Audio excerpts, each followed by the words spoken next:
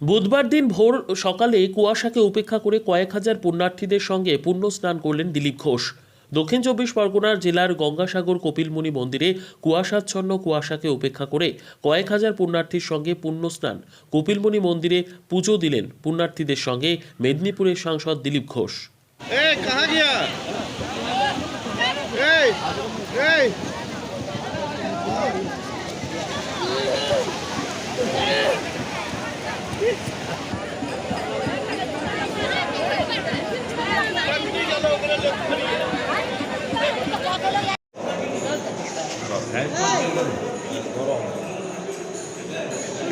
माझी माझी चाहिए ले लो यहाँ से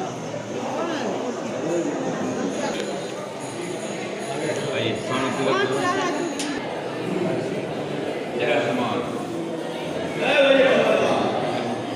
जय बजरंगबली राधा कृष्ण नाम शंकराचार्य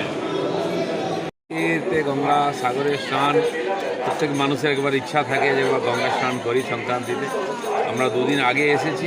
ক্যাম্প উদ্বোধন হলো আজকে সূর্যোদয়ের মুহূর্তে গঙ্গা স্নান করলাম, কপিলমুনি এবং সমস্ত দেবী দেবতাকে দর্শনও করলাম আমরা এখানে। তো এটা সৌভাগ্যের বিষয় এখানে এসে পৌঁছানো, একসময় খুব দুর্গম ছিল, আজকাল তো রাস্তাঘাট হয়ে গেছে।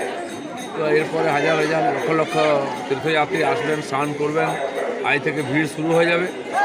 আমি আশা করব সবাই এসে সুস্থভাবে স্নান দর্শন করে যেতে পারবেন। আমরা শেষ ব্যবস্থাও দেখে গেলাম, সব ব্যবস্থা রেডি হচ্ছে। মুখ্যমন্ত্রী সহ বিভিন্ন টাকা আজ তাদের বেতন দিচ্ছে না কেন, ডিএ দিচ্ছে না কেন, খালি কেনার জন্য দিচ্ছে। সমস্ত রাজ্য তাদের রাজ্যে যত মেলা হয়, উৎসব হয়, তারাই করে। কেবল কুম্ভ মেলা যদিও আন্তর্জাতিক মেলা, সেখানে কেন্দ্র সরকার কিছু ফান্ড দেয়। আর এটাও ব্যবস্থিত ঠিকঠাক হলে কেন্দ্র সরকার দিতে চায়, কিন্তু বিশ্বাস করতে পারে না এদের উপরে। কিন্তু যে কুম্ভ মেলাটাকে জাতীয় মেলা ঘোষণা করা হয়েছে, কিন্তু সাগর মেলাটাকে জাতীয় মেলা মেলা যদি ওইভাবে সুন্দরভাবে করেন, এটাও হয়ে যাবে। আজকাল তো অ্যাক্সিডেন্ট হয়, লোকে ভয়ে আসতে চায় না। কুম্ভ মেলার যে ব্যবস্থা, সেটা দেখে আসা উচিত, গিয়ে কী করে এত সুন্দর পরিপাটি ব্যবস্থা করা যায়। জয়নগরের সভায় মুখ্যমন্ত্রী